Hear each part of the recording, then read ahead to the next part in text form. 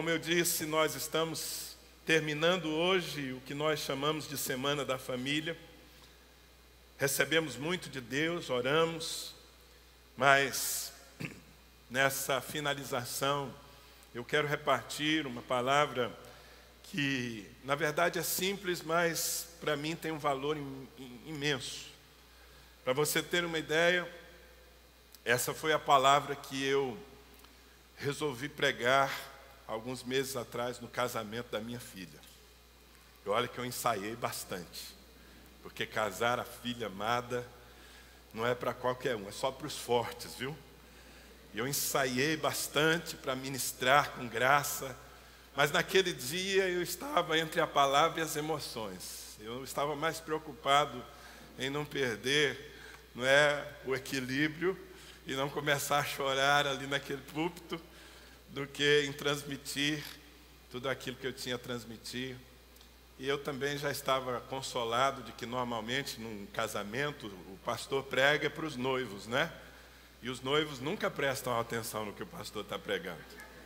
Eles estão assim, sonhando com o casamento. Então, para me consolar, eu resolvi pregar para vocês essa palavra também. Na verdade, é mais do que uma pregação, é um compartilhar das coisas que tem, ao longo de 30 anos, abençoado a minha família. Eu estou casado há quase 30 anos com a Mônica. Nós temos 2 filhos maravilhosos. Monique, que se casou com o Lucas e nos dá muita alegria, os 2 agora. Gabriel, que nos deixou com saudade nos últimos 2 anos, estudando fora do Brasil. Voltou há um mês, já está novamente bagunçando a nossa casa, mas nós estamos felizes por essa bagunça. Somos muito agradecidos porque o Senhor reina no nosso lar, nosso relacionamento conjugal é melhor hoje do que era no começo, ainda que fôssemos apaixonados um pelo outro quando nos casamos, bem jovenzinhos, mas estamos vivendo os melhores anos das nossas vidas até aqui. Nossa relação com os nossos filhos é uma relação de profunda amizade e prazer. Eles nunca nos desonraram, não que nunca tenham errado, todos nós erramos, mas desde cedo eles receberam o nosso padrão e, acima de tudo, receberam a nossa fé. Hoje eu não tenho nenhuma preocupação com relação ao futuro deles. Eles já não estão mais amarrados em mim, já não estão mais obrigados a fazerem nada porque são adultos. Mas eu tenho plena segurança porque o meu Deus é o Deus deles e a palavra implantada em mim está implantada na vida dos meus filhos. Isso faz com que a nossa família seja uma família feliz. E o que eu quero nessa noite é repartir um pouco do que tem feito com que nós, mesmo imperfeitos, e para ser um pouco mais sincero, cheios de defeitos, como é que nós temos chegado até aqui, o que tem feito com que esse ambiente tão desafiador da família, porque, sinceramente, eu acho que você há de concordar comigo, pelo menos boa parte dos que estão aqui, eu não tenho um lugar onde eu viva mais prazer do que a minha casa. A minha casa é o lugar de maior prazer. Eu tenho muito prazer no meio da igreja, nos cultos, na comunhão com os irmãos, mas a minha casa é o lugar onde eu tenho mais prazer. Por outro lado, a minha casa é o lugar onde eu vivo os maiores desafios. Ali eu sou quem eu sou e as pessoas são quem são. Não há máscaras, não há maquiagens, não há ilusões. Nós nos conhecemos porque convivemos todos os dias. As nossas virtudes estão expostas e as nossas carnalidades também estão expostas. Ninguém engana ninguém dentro de uma casa. Aqui eu tenho a ajuda do púlpito, não é? Ainda mais um púlpito bonito, moderno como esse. Ele faz com que eu pareça uma pessoa bastante santa, fala a verdade, olhando daí. Mas em casa não há nada que me santifique além da verdade. Portanto, ali nós temos enfrentado problemas, desafios. Mas se nós estamos hoje melhor do que estávamos há 10 anos atrás, há 15 anos atrás, há 30 anos, é porque nós descobrimos na palavra de Deus e no testemunho de outras famílias que há segredos para uma vida familiar abundante. Nós começamos a Semana da Família na quarta-feira ouvindo o pastor Ricardo Vasconcelos nos falando de comunicação. Quão importante é a comunicação dentro das nossas casas. Eu concordo absolutamente com ele. Eu diria que a comunicação, aquilo que nós falamos, a forma que nós falamos e o compromisso que nós demonstramos com aquilo que falamos determina o ambiente em que nós vivemos. Boa parte de nós vive mais problemas do que deveria viver porque não comunica, ou comunica mal, porque não fala o que tem que falar, porque presume que as pessoas entendam sem ouvir. E nós precisamos ser mudados nisso, precisamos aprender a falar, precisamos aprender a estabelecer as nossas casas como um ambiente onde a palavra profética encontra pouso e prospera. A Bíblia nos ensina muitas coisas a esse respeito. Esse homem do qual Antônio falou agora há pouco, cheio de sabedoria, Salomão, escreveu Provérbios, o livro de Provérbios, e no capítulo 18, versículos 20 a 22, ele disse: do fruto da boca o coração se farta, do que produzem os lábios se satisfaz. A morte e a vida estão no poder da língua. O que bem a utiliza come do seu fruto. O que acha uma esposa acha o bem e alcançou a benevolência do Senhor. Muito interessante, Salomão diz nesse texto que a nossa boca pode liberar vida ou morte, dependendo do que nós falamos. E ele faz uma conexão do poder das palavras com a realidade familiar, porque depois de falar do poder da língua, ele fala da bênção que é a um homem encontrar uma esposa e ver nela a bondade do Senhor. No Salmo 34, versículos 12 e 13, lemos algo semelhante. Quem é o homem que ama a vida e quer longevidade para ver o bem? É uma pergunta. Quem é o homem que quer viver muito e que quer terminar vendo o bem diante dos seus olhos? Há algum desses homens aqui? Além de mim? Pois bem, o mesmo salmista, no versículo 13, ele responde: quem é esse homem? É aquele que refreia a língua do mal e os lábios de falarem dolosamente. É aquele que aprende a comunicar, que aprende a calar e aprende a falar. Em Efésios, capítulo 4, versículos 29 e 30, o apóstolo Paulo é usado por Deus para nos falar sobre o poder das palavras, da mesma maneira. Ele diz assim: não saia da vossa boca nenhuma palavra torpe, e sim unicamente a que for boa para a edificação, conforme a necessidade, e assim transmita graça aos que ouvem. E não entristeçais o Espírito de Deus, no qual fostes selados para o dia da redenção. Paulo está dizendo: cuidado, é um alerta, não saia da vossa boca nenhuma palavra que destrói, que entorpece, que enfraquece o outro, que tira o outro do equilíbrio. Antes saia unicamente aquilo que edifica. É por isso que o tema dessa ministração nessa noite é as 7 palavras que edificam uma casa.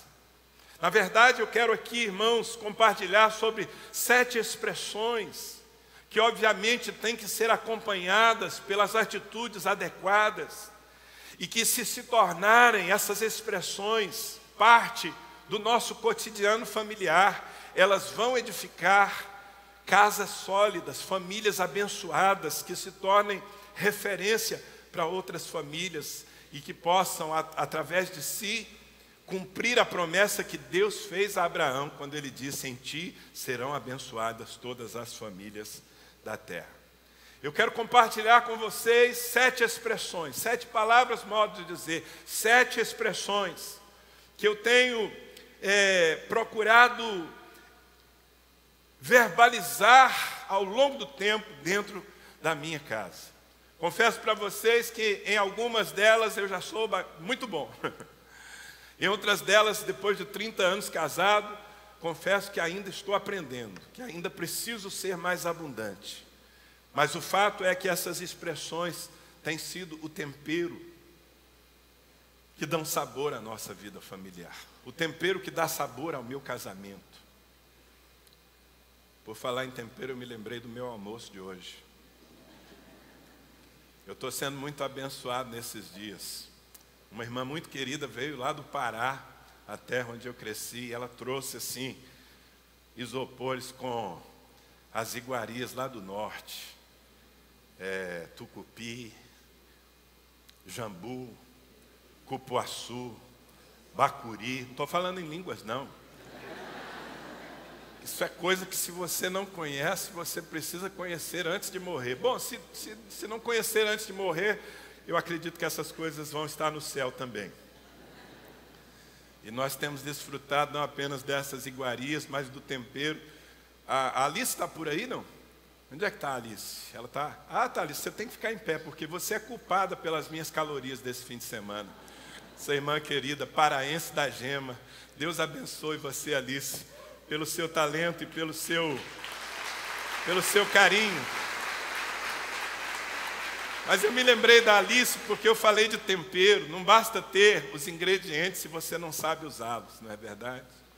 E quando a gente come uma boa comida, muitas vezes depois daquele a gente pergunta assim: como é que você faz isso? Quem já fez essa pergunta? Você pode me dar a receita? Que tempero você coloca aqui? Pois bem, meus irmãos, o que eu quero nessa noite é compartilhar um pouco com você sobre os temperos que tem feito da minha casa, e certamente muitas famílias aqui e ao redor da terra, famílias que vivem o melhor de Deus. 7 palavras, 7 expressões. A primeira delas, e mais importante de todas, que deveria fazer parte das nossas conversas todos os dias, é: eu amo você. Eu amo você. Essa palavra, quando ela é dita com brilho nos olhos, essa palavra, quando ela traz a reboque o compromisso de fazer com que o amor seja não apenas verbal, mas seja manifestado em atitudes, em gestos, em cuidado, em expressividade, em carinho, ela tem o poder de gerar harmonia num casamento entre pais e filhos. Eu amo você. A minha esposa não tem a mínima condição, ela estava aqui hoje pela manhã e ela concordou com isso, ela não tem a mínima condição de imaginar quantas vezes, ao longo desses anos, ela me ouviu dizer: eu amo você. E assim tem sido da parte dela para comigo, assim tem sido para com os nossos filhos. Eu amo você significa dizer: você tem muito valor para mim. E às vezes, sabe, nós esperamos que as pessoas presumam acerca do nosso amor, que elas simplesmente percebam. Eu sei que há pessoas aqui nessa noite, nos acompanhando pela internet, que cresceram em lares sem expressão, ou pelo menos sem verbalização do amor. Há uma geração passada, os pais costumavam ser bastante responsáveis, provedores, mas até pela cultura, e quanto mais para o interior se vai, mais era real essa verdade, não havia gesto, toque, muito menos expressividade.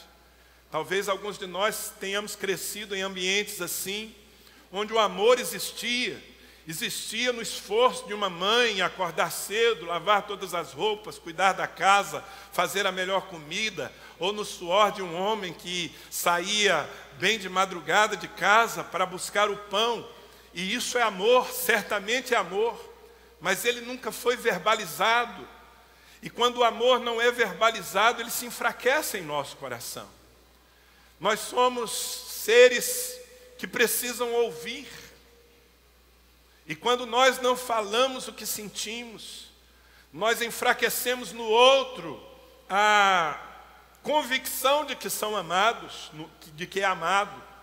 E nós enfraquecemos dentro de nós. Sabia disso?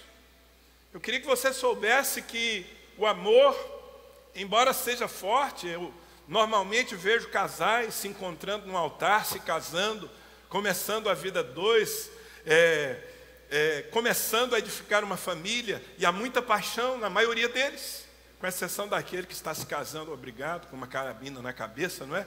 Mas a maioria se casa porque está apaixonada. Mas passam-se os anos e parece que a tendência daquela paixão, do brilho nos olhos, é diminuir. E eu acredito que um dos motivos pelos quais o amor perde o seu poder é que ele não é alimentado pela verbalização. Um dia Jesus reclamou de uma igreja, em Apocalipse capítulo 2, versículos 4 e 5. Jesus disse: tenho, porém, contra ti que abandonaste o teu primeiro amor. Lembra-te de onde caíste, arrepende-te e volta à prática das primeiras obras, senão venho a ti e moverei do seu lugar o teu candeeiro, caso não te arrependas. Jesus está dizendo a uma igreja: olha, vocês estão prestes a perder o seu lugar, porque vocês abandonaram o amor. E quando o amor é abandonado, as obras do amor são esquecidas. Como é que eu faço para não abandonar o amor? Eu preciso me lembrar dele todos os dias. E dizer eu te amo é algo que nós precisamos nos acostumar a dizer. Aos nossos cônjuges, aos nossos filhos. Meus filhos ouvem eu te amo desde antes de entenderem o que significavam essas palavras. Meus filhos ouvem eu te amo desde o ventre materno, quando eles estavam ainda escondidos na barriguinha da Mônica. Já ali eu dizia: eu amo você. E agora que eles são adultos, se você pudesse pegar o meu celular, entrar aqui no meu WhatsApp e dar uma olhada na minha comunicação com os meus filhos, eles têm 20 e 23 anos. Você vai encontrar aqui muitos: eu amo você. Bom dia, filha. Eu amo você. Eu abençoo o seu dia. Bom dia, meu filho. Eu amo você. E sabe, essas coisas podem parecer assim, sem poder, mas não são. Porque a verbalização, e principalmente quando esse amor, ele é real e ele é demonstrado também de outras formas, ele produz um ambiente de segurança dentro da família. Alguns homens aqui precisam aprender a dizer eu amo você. Algumas mulheres precisam se lembrar como se diz eu amo você. Porque isso, se não está sendo parte da sua comunicação cotidiana, certamente está fazendo falta, está fragilizando o seu lar. A Bíblia diz que o amor é o vínculo da perfeição. Nós não temos como ter lares perfeitos, por uma única razão: não há pessoas perfeitas nos nossos lares, a começar de nós. E se as pessoas não são perfeitas, elas muitas vezes fazem coisas erradas, que ferem, que decepcionam umas às outras. Mas se houver um sincero eu te amo com constância, esse amor tem o poder de cobrir uma multidão de iniquidades. Ele é o vínculo da perfeição. Eu amo você. Essa, eu posso dizer, é a palavra mais poderosa dentro de uma família ou em qualquer relação humana. Eu não sei quantos de vocês praticam isso, vivem isso, mas se não praticam, precisam se converter. Precisam passar a praticar. Talvez você diga: mas pastor, eu não tive isso na minha vida, eu nem aprendi, eu tenho vergonha de dizer eu te amo, parece que não cabe em mim. Há pessoas assim, por causa da sua criação, da vida dura, quem sabe foram rejeitadas, quem sabe ao ouvirem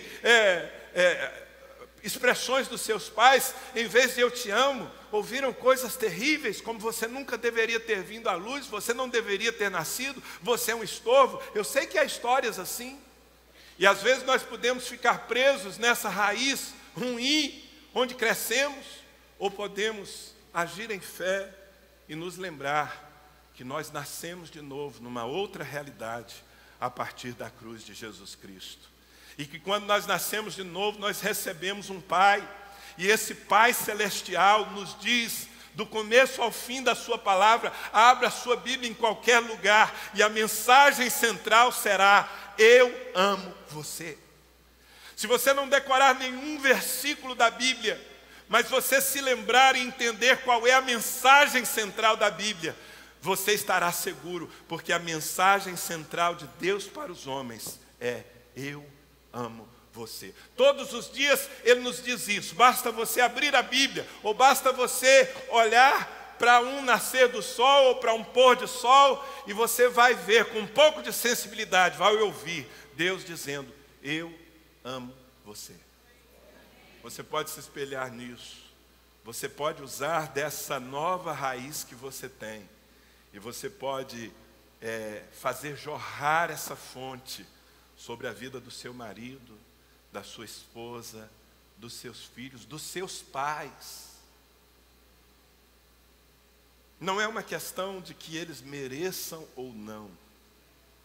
É uma questão de dar vazão ao amor de Deus que, diz a Bíblia, já está derramado em nossos corações pelo Espírito Santo que nos foi dado. Vamos treinar? Você pode dizer, pode ser para mim, eu recebo: eu amo você. Eu queria uma cara mais convincente. Alguns de vocês estão falando como robôs. Eu gostaria sim. Bom, talvez você não me ame tanto, né? Mas pelo menos imagina que eu sou o seu filho. Diga: eu amo você. Eu me senti o cara mais amado do mundo agora. Está com a sua esposa aí do seu lado, sua namorada, sua noiva. Que tal praticar agora? Olhe nos olhos dela. Está com seu filho, sua filha aí do lado. Que tal olhar nos olhos dele agora? Você não consegue olhar nos olhos? Tente um pouco mais. Eu amo você. Eu amo você. Gustavo tem olhos tão lindos para olhar todos os dias. Eu amo você. Gente, isso vai mudar a nossa casa. Bom, eu poderia, por causa do meu entusiasmo com isso, ficar falando só sobre isso nessa noite. Hoje pela manhã meu pai estava aqui, eu pedi para ele se levantar. Ontem nós fomos filar a janta lá depois do culto na casa dele. Ele estava assim meio tristão e ele falou uma frase. Ele disse: bem, maravilhoso culto, semana da família, que bênção. Ele disse: isso é para vocês, porque eu já tenho 81 anos, a minha parte eu já fiz. Eu falei para ele: não, a sua parte você continua fazendo todos os dias, porque com 81 anos e eu com 51, quase todos os dias eu entro aqui nesse apartamento, e eu recebo um beijo seu, e eu ouço com constância: eu amo você, dos seus lábios. Por favor, pai, até o último dia da sua vida, não se cale. O eu amo você que você me fala, me alimenta, renova a minha alegria, o meu senso de valor. Meu querido, por favor, não feche os seus lábios, diga sempre: eu amo você. A segunda palavra muito importante para que as nossas famílias sejam bem edificadas é: me perdoe. Me perdoe. Se você conseguir fazer aquela cara do gatinho, vai ser melhor ainda. Me perdoe. Me perdoe é muito importante. Sabe por que me perdoe é tão importante? Porque nós erramos. Nenhum de nós aqui tem condição de viver dentro de um lar sem ferir os outros, porque somos egoístas, somos carnais. Muitas vezes a nossa espiritualidade é coberta por sentimentos e reações tão humanas, tão longe de Deus. E na nossa agressividade, ou na nossa indiferença, ou nas nossas decisões erradas, nós decepcionamos o outro, nós ferimos o outro, nós machucamos o outro. E quando nós erramos, nós precisamos, é uma necessidade, nós precisamos aprender a dizer: me perdoe. Uma família onde o me perdoe não é verbalizado, é uma família de dívidas acumuladas. É uma família onde a amargura e o rancor podem crescer assim de uma maneira terrível e asfixiar as pessoas que estão ali, os relacionamentos. Meus filhos ouviram algumas vezes de mim: me perdoe. Talvez você pense que um líder, um pastor, um pai, dizer a um filho, me perdoe, vai diminuí-lo. Alguns pensam assim, se eu admitir o meu erro, eu vou perder a minha autoridade. Muito ao contrário. O que mais dá autoridade a um homem é a sua sinceridade, a sua transparência. Quando nós admitimos os nossos erros, nós estamos demonstrando que nós queremos viver na verdade. Nós estamos estabelecendo uma base para os nossos relacionamentos familiares. Uma base de confiança. E essa confiança não é estabelecida na expectativa de que o outro vai sempre acertar. Isso não é possível. Meus filhos não vão sempre acertar, eu não acertarei sempre, minha esposa não acertou sempre e errará certamente muitas outras vezes. Mas quando erramos, nós não podemos entregar, meus irmãos e irmãs, os nossos erros ao gerenciamento do tempo. Algumas pessoas acham que o tempo se encarrega de fazer com que os outros esqueçam os seus erros. E o que eu tenho percebido, cuidando de gente há tantos anos, é que o tempo, ao invés de apagar os nossos erros, os acumulam, os ressaltam. Lá em casa nós temos até um código. Eu nem sei se isso tem assim uma base etimológica aceitável, mas nós fizemos uma separação entre duas expressões que as pessoas usam de maneira igual. Me desculpe e me perdoe. Para nós é diferente, lá dentro de casa. Porque lá dentro de casa, quando eu digo me desculpe, eu estou querendo dizer, olha, ainda que eu te decepcionei, eu não tive culpa. Não foi por querer, eu não tinha essa intenção. Mas quando eu digo me perdoe, eu estou dizendo eu tive culpa. Eu não deveria ter feito. O que eu estou pedindo é que você não leve em conta a minha culpa. Eu assumo o meu erro, eu assumo a minha culpa. Irmãos, nós precisamos viver isso. Se nós não tivermos esse quebrantamento e essa humildade de assumir os nossos erros, consertá-los, confessando-os, nós vamos abrir muitas brechas para Satanás. Algumas famílias aqui provavelmente estão comprometidas pela falta de perdão, mas antes de haver perdão, precisa haver arrependimento. Me perdoe. Eu imagino que alguns dos que me ouvem têm uma grande dificuldade de dizer me perdoe. Há pessoas assim. Se curvar, se dobrar, admitir um erro, é como matar um leão gigante. Mas é necessário, você vai ter que aprender. Jesus nos ensinou sobre isso. Em Mateus capítulo 5, versículos 23 e 24, ele disse, pois, ao trazeres ao altar a tua oferta, ali te lembrares de que o teu irmão tem alguma coisa contra ti, deixa perante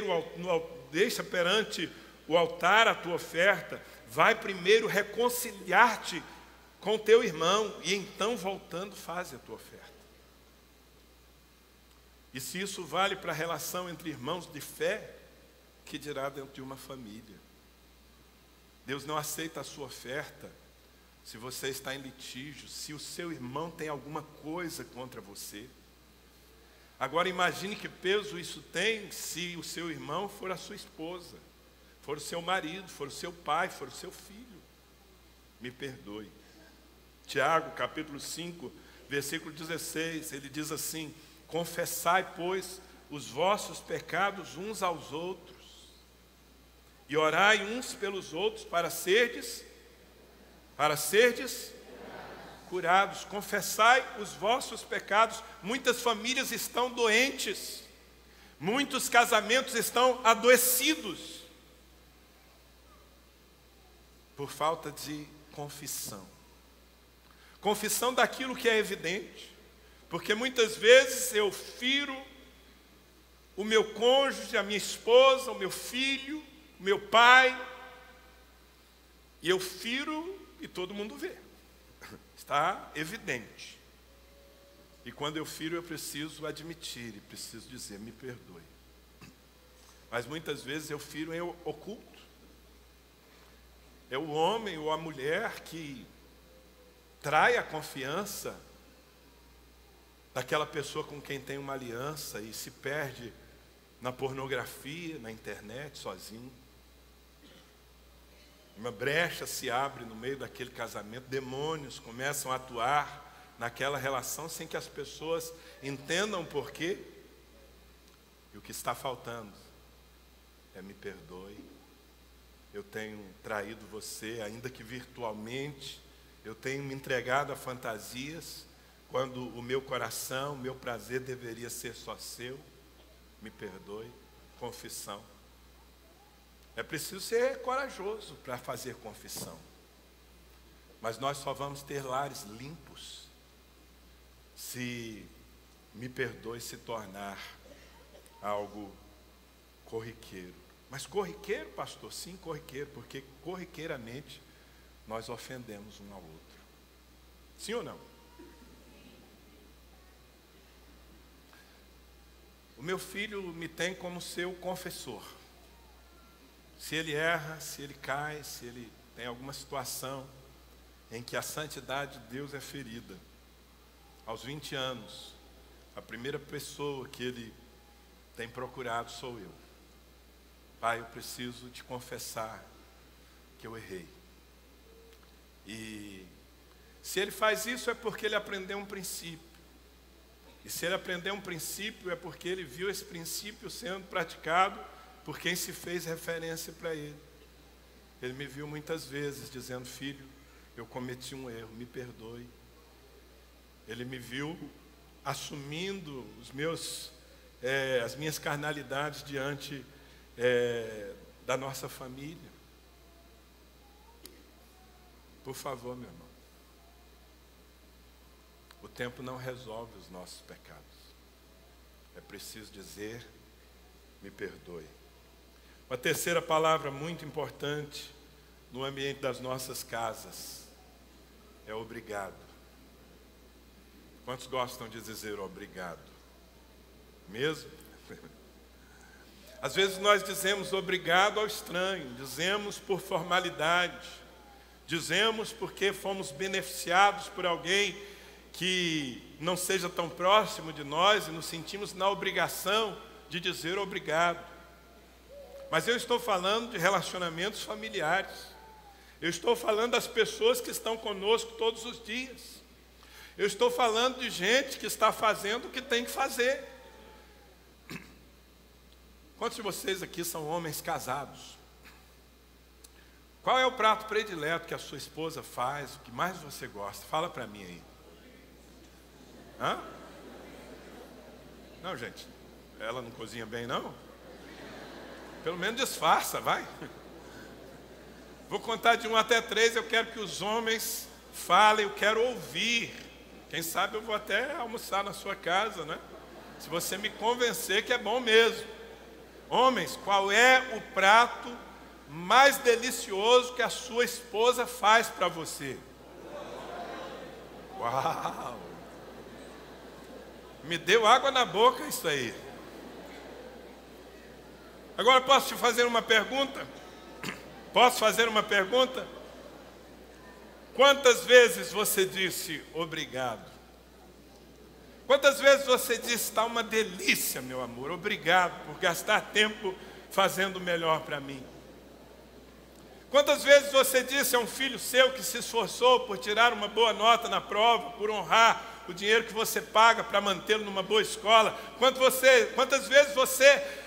Eu sei, muitos de nós sentimos gratidão. Nós sentimos gratidão. Mas não basta sentir gratidão. É preciso manifestar gratidão. É preciso verbalizar gratidão. É preciso valorizar com palavras aquilo que as pessoas fazem, mesmo que seja a obrigação delas fazer. Talvez, mulher, você nunca tenha parado para pensar no esforço que aquele homem faz para suprir a sua casa, trabalhando muito, se esforçando para que você não seja envergonhada com o cobrador batendo a porta. Mas quantas vezes você expressou essa admiração, essa gratidão? Quantas vezes você disse, meu amor, que maravilhoso, eu preciso dizer obrigado porque você se esforça tanto. Enquanto eu falo isso, eu vejo a carinha de vocês assim, e claro que é uma percepção minha, não é? Portanto, pode ser equivocada. Mas na carinha de alguns de vocês está uma expressão de, uau, é isso mesmo. E na carinha de alguns aqui, eu pelo menos tenho a impressão de que, isso não faz a mínima diferença. Experimente praticar. Experimente dizer obrigado. Experimente reconhecer o que as pessoas fazem, mas é obrigação delas. Eu quero dizer que muitas pessoas à nossa volta não cumprem suas obrigações. Fazem muito mal o que tem que fazer. Portanto, aquelas que cumprem, ou que pelo menos se esforçam por cumprir, elas devem ser valorizadas. Isso serve para todas as nossas relações. Isso estimula. Quando alguém me diz obrigado, quando alguém me diz, olha, isso que você fez teve tanto valor para mim. Quando alguém me diz, pastor, hoje pela manhã eu estava aqui, nós recebemos um grupo de pessoas vindas de Barretos, mais de 20 pessoas vieram da comunidade cristã de Barretos com o pastor Eric participar do culto. E um dos irmãos, ao final do culto, veio me dar um abraço, agradecer pela palavra, mas não apenas pela palavra que eu preguei, essa que eu estou fazendo aqui, mas ele me disse, pastor, eu sou lá de Barretos, eu fazia parte de uma igreja, e nós vivemos por anos uma crise de liderança enorme naquela igreja, uma falta de testemunho, eu sou crente há tantos anos, muitos anos, e muitas vezes, por causa do mau testemunho da minha liderança, eu pensei em desistir. Mas eu estou aqui nessa manhã e eu preciso lhe dizer isso. O que me alimentou e alimentou muitas pessoas ao longo dos últimos anos, vivendo numa igreja onde a graça estava bloqueada pelo pecado dos pastores, foi a palavra que você pregava todos os domingos pela manhã na televisão. Nós nos reuníamos em grupo naquela igreja para receber a palavra. E essa palavra nos sustentou. Ele me deu um abraço e me disse obrigado. Eu transfiro o obrigado para vocês, porque vocês nos ajudaram a sustentar esse programa de televisão por quase 8 anos, que tocou pessoas que nós nem imaginamos. Mas como é bom ouvir alguém reconhecendo que o que você fez tocou a sua vida. Dizer muito obrigado vai estimular as pessoas a fazerem melhor ainda. Pode ter certeza que o seu filho vai ser mais esforçado se você, ao invés de simplesmente repreendê-lo, criticá-lo pelos alvos que ele não alcança, se você valorizá-lo naquilo que ele faz e disser, obrigado, filho. É um princípio da palavra de Deus. Paulo, escrevendo aos Tessalonicenses, capítulo 5, versículo 18, ele diz, em tudo dai graças, porque esta é a vontade de Deus, em Cristo Jesus, para convosco. Obviamente, Paulo está falando sobre dar graças a Deus, mas esse princípio funciona também nas nossas relações interpessoais. Dar graças àqueles que nos abençoam. Eu posso dizer que muita gente me abençoa, mas ninguém me abençoa tanto. De fato, ninguém me abençoa tanto quanto a minha família. E ainda que a sua família seja disfuncional, eu sei que muitos não vivem a realidade abundante que eu vivo, mas mesmo numa família disfuncional, haverá sempre um motivo para dizer muito obrigado. Amém? Uma quarta palavra que nós precisamos com constância dizer no ambiente das nossas casas é se Deus quiser. Diga comigo, se Deus quiser. Mais uma vez, se Deus quiser. Irmão, se Deus quiser não é um chavão, não é um mantra religioso, mas é a rendição da nossa vontade ao Senhor. Tiago nos instrui de uma maneira muito direta sobre isso. Capítulo 4 da carta de Tiago, versículos 13 a 15. Olha o que ele diz: atendei agora, vós que dizeis, hoje ou amanhã iremos para a cidade tal, e lá passaremos um ano, e negociaremos, e teremos lucros. Vós não sabeis o que sucederá amanhã. Que é a vossa vida? Sois apenas como a neblina que aparece por um instante e logo se dissipa. Em vez disso, devias dizer, se o Senhor quiser, não só viveremos, como também faremos isso ou aquilo. Diga mais uma vez, se Deus quiser. Essa precisa ser uma expressão na nossa boca, mas acima de tudo precisa ser uma decisão em nosso coração. Submeter a nossa vontade, os nossos planos, à vontade soberana de Deus. Não estamos proibidos, muito ao contrário, a Bíblia nos estimula a fazer planos. A Bíblia diz que o nobre projeta coisas nobres, mas fazer planos, desejar, é uma coisa, realizar é outra, que depende da vontade de Deus. E quando nós aprendemos a dizer se Deus quiser, nós estamos demonstrando que o que sai da nossa boca sai porque nós não queremos governar, nós queremos obedecer. Casais e pessoas que dizem todos os dias, seja feita a tua vontade, assim na terra como no céu, certamente são pessoas que viverão em segurança, porque Deus sabe o que faz, nós nem sempre. Amém?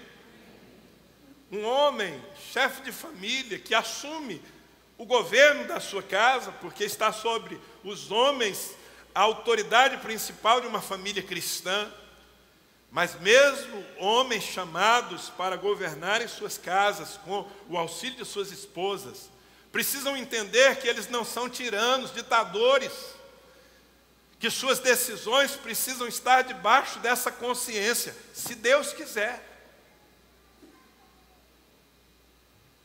Provérbios capítulo 16, versículos 1 a 3.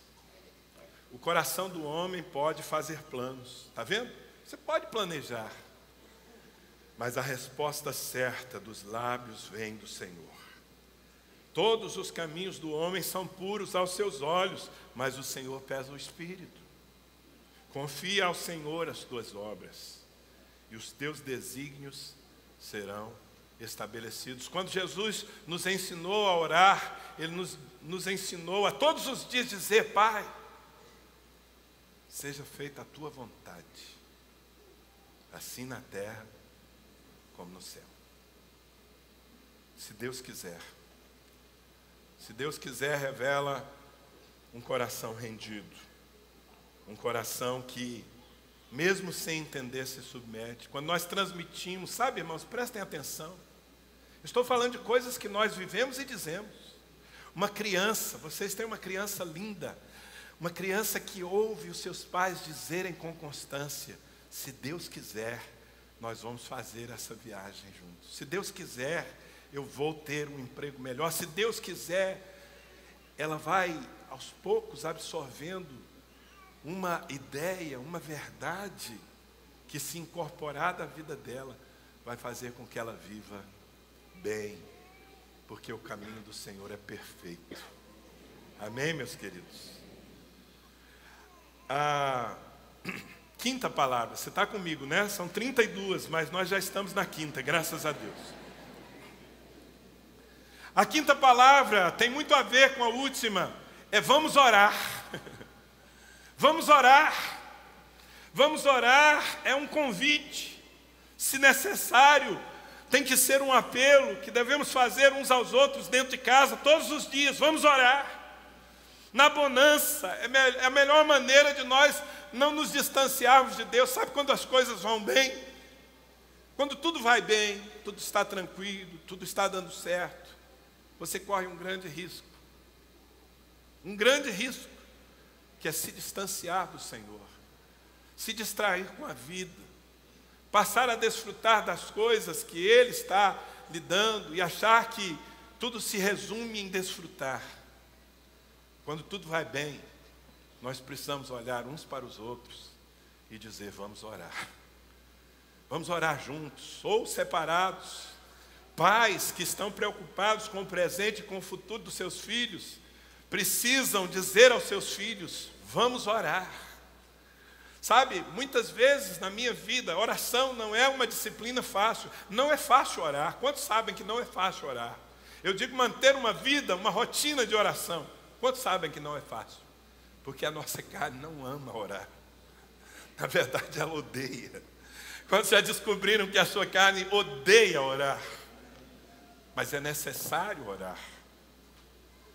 Eu confesso para vocês que houve alguns momentos da minha vida em que eu fui estimulado à oração pelos meus filhos. Ao vê-los, adolescentes, jovens, entrando no seu quarto, chegando da escola, entrando no seu quarto e passando 1, 2 horas, às vezes mais, em oração, em adoração. E eu, que naqueles momentos não estava mantendo uma vida abundante de oração, percebendo a atitude deles, me senti desafiado a retomar o que eu havia deixado em segundo plano algumas vezes. Sabe, queridos, quando tudo vai bem, é importante dizer: vamos orar. E quando tudo vai mal, mais ainda.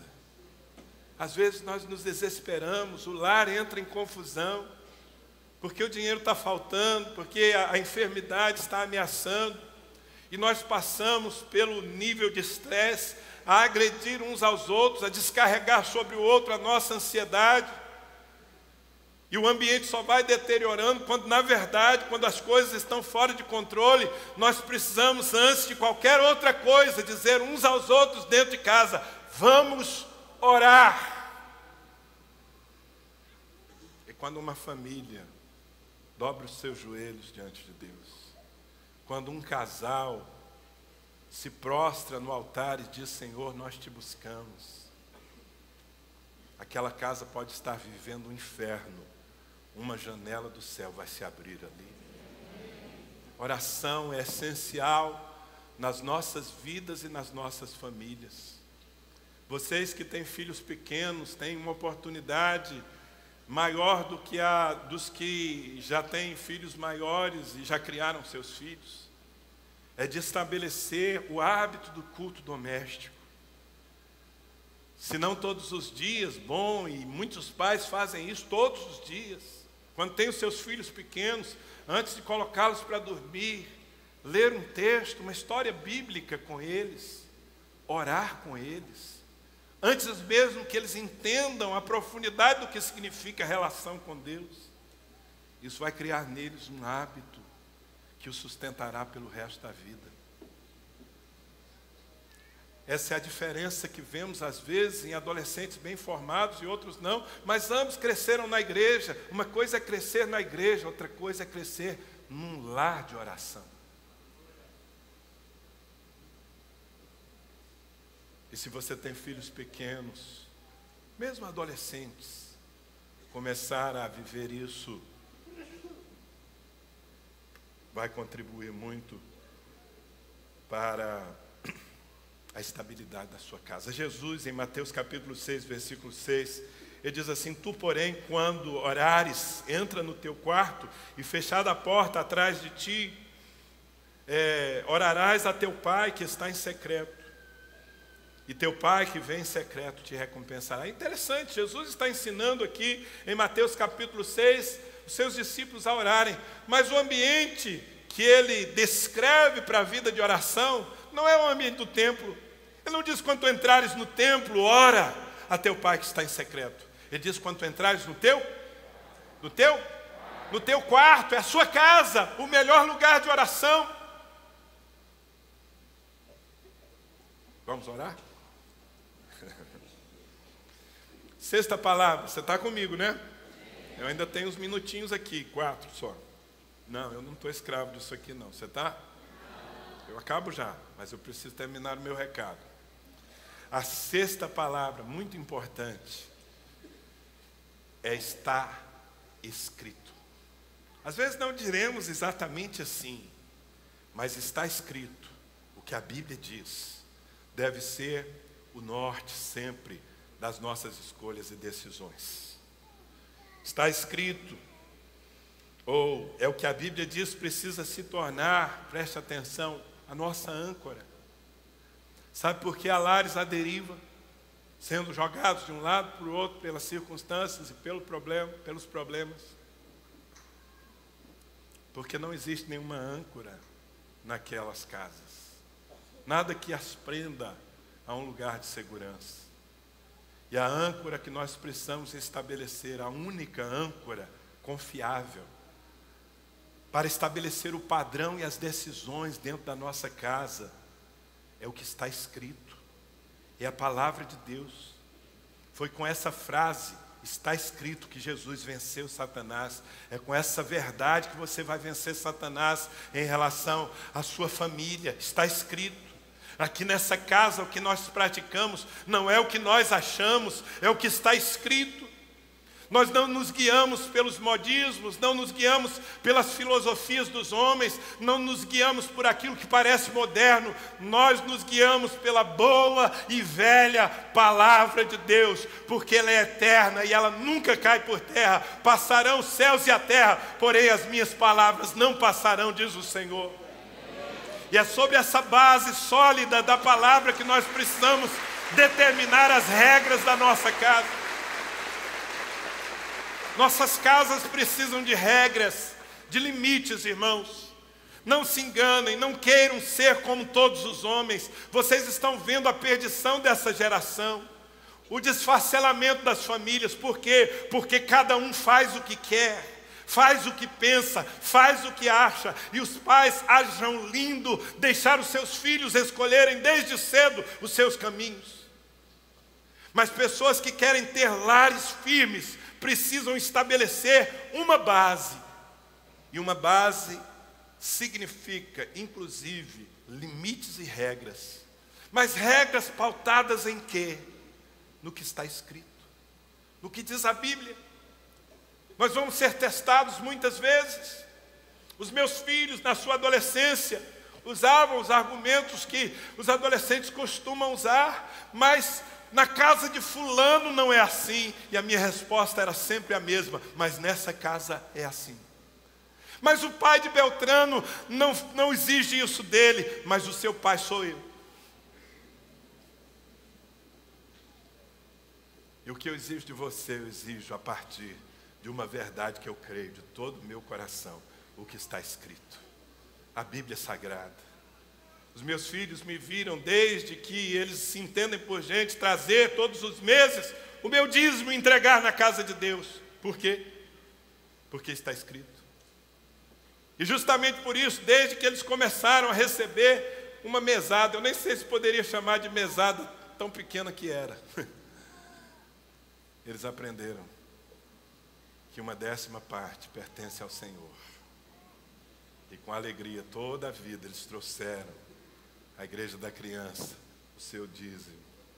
R$2, R$3,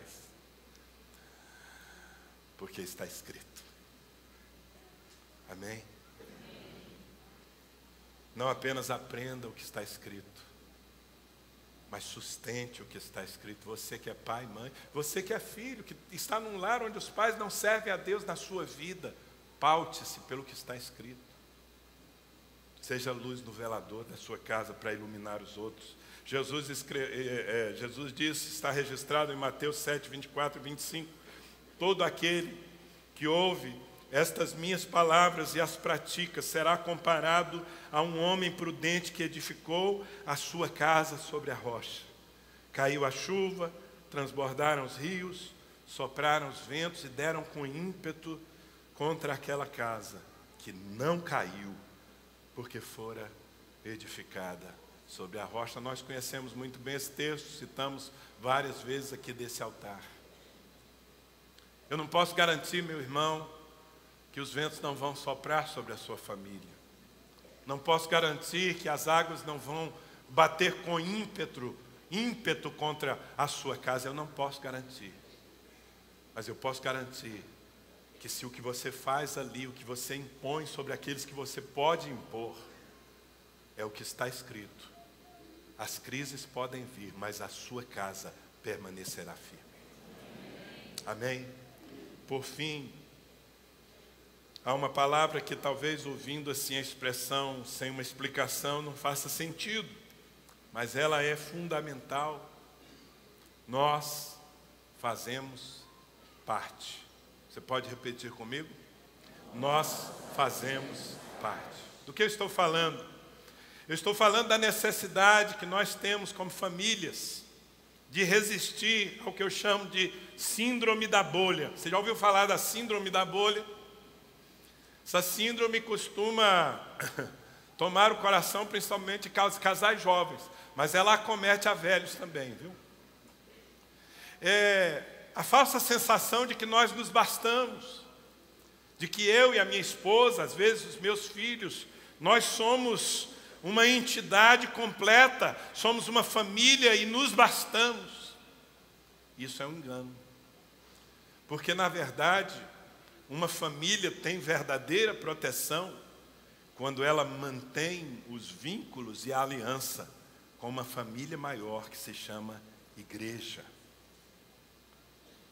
Não corra ou não incorra no erro, no equívoco de achar que você dá conta sozinho da sua casa. Não pense que você está protegendo a sua família, colocando insufilme nas janelas para que ninguém de fora veja o que acontece dentro da sua casa. Não faça isso. Porque muitas vezes o que está acontecendo dentro das nossas casas está nos matando, mesmo que seja aos poucos. E nós precisaremos de ajuda. Eu vou dizer uma coisa aqui para vocês. Houve momentos em que o meu casamento estremeceu. Não exatamente a nossa aliança sempre foi firme. Mas houve momentos em que nós decepcionamos um ao outro e nós tivemos tal desacordo que não tínhamos a mínima condição sozinhos de sair do buraco de frustração em que nos encontrávamos.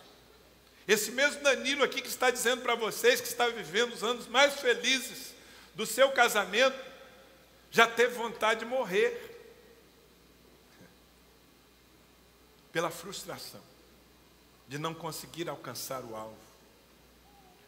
E sabe o que nos deu luz, sabe o que nos tirou dessa situação? Nós olhamos um para o outro sem nenhum acordo. Isso aconteceu mais de uma vez, algumas vezes em nossa vida, já sendo pastores. E nós nos lembramos que nós fazemos parte, que nós não estamos sozinhos, que nós não temos direito de viver a nossa vida e viver a nossa vida tendendo a se afastar da vontade de Deus. A revelia da igreja, nós fazemos parte. A igreja não é uma instituição, a igreja não é um clube religioso, a igreja é um corpo no qual nós estamos conectados. E se nós fazemos parte, quando a nossa família adoece, quando o meu casamento adoece a igreja. Eu não tenho direito de viver isolado numa bolha. E naqueles momentos difíceis, nós tivemos, por conta dessa consciência, a coragem de juntos sair da nossa casa, procurar os nossos pastores. Houve ocasiões em que eu peguei a Mônica, coloquei num carro e fiz uma viagem de 300 quilômetros até Uberlândia para nos sentar com os nossos pastores, Ari e Helena Skates, para dizer o nível de frustração e desacordo que nós estávamos vivendo.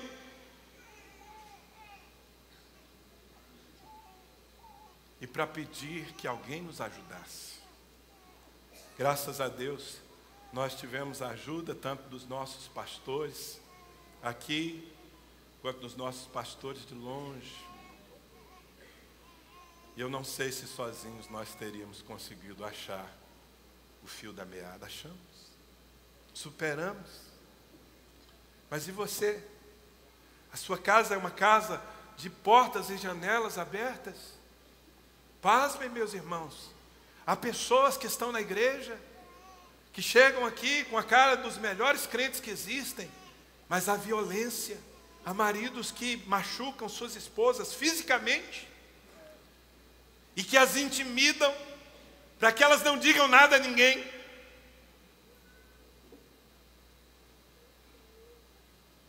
Onde essa família vai parar? Com as cortinas fechadas, pais que são estúpidos com seus filhos, mas não permitem que ninguém saiba.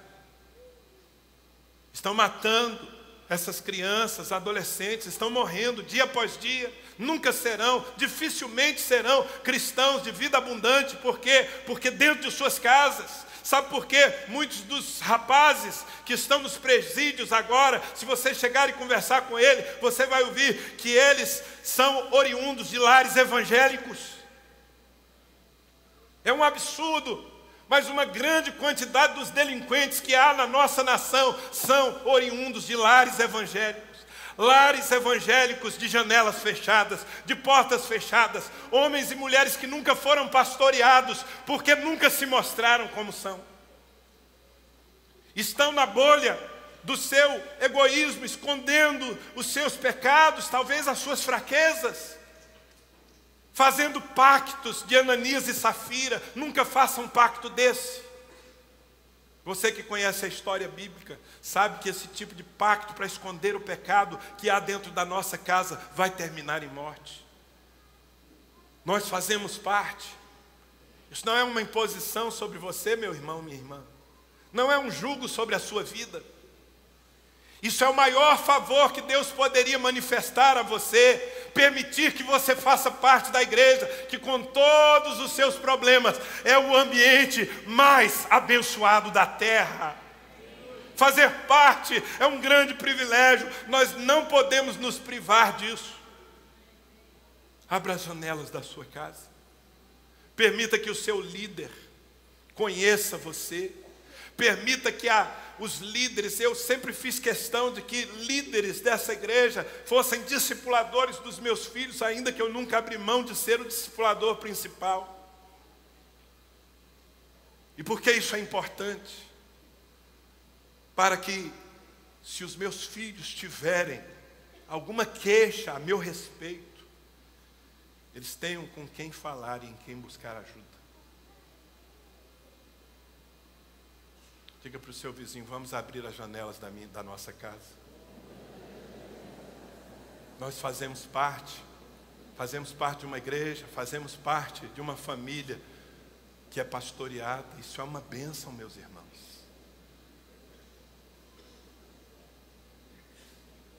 O último texto que eu quero ler com vocês diz respeito a essa nossa integração. 1 Coríntios capítulo 12, versículo 25. 26 e 27.